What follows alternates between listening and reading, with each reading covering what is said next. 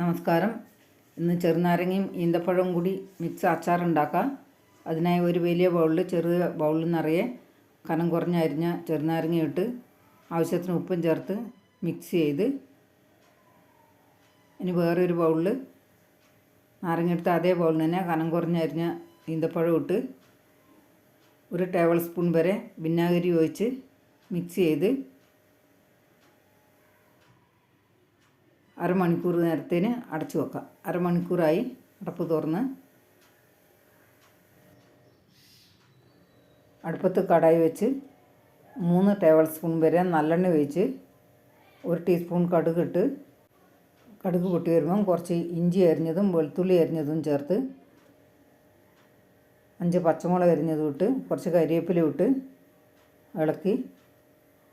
ഞാൻ ഈ നല്ലെണ്ണ എടുത്തിട്ടുള്ളത് പത വരുന്നുണ്ട്. ഗ്യാസ് ഫ്ലെയിം കുറച്ച് വെച്ച് 1/4 ടീസ്പൂൺ മഞ്ഞൾപ്പൊടിയും 1.5 ടേബിൾ സ്പൂൺ മിക്സ് കാശ്മീർ മുളക് പൊടിയും ചേർത്ത് മിക്സ് ചെയ്ത് 1/4 ടീസ്പൂൺ ഉലുവപ്പൊടി ഇട്ട്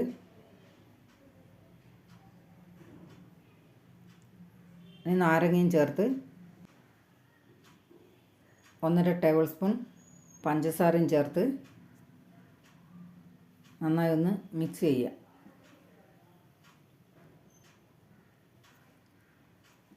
ഇനി ഈന്തപ്പഴം ഇട്ട് കൊടുത്ത്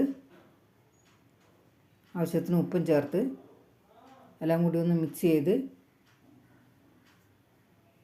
അടച്ചു വെക്കാം 3 മിനിറ്റ് നേരത്തിന്. ഇപ്പോൾ 3 മിനിറ്റായി അടപ്പ് തുറന്ന് ഇപ്പോൾ ഏകദേശം വെന്ത് വന്നിട്ടുണ്ട്. ഒന്ന് മിക്സ് ചെയ്ത്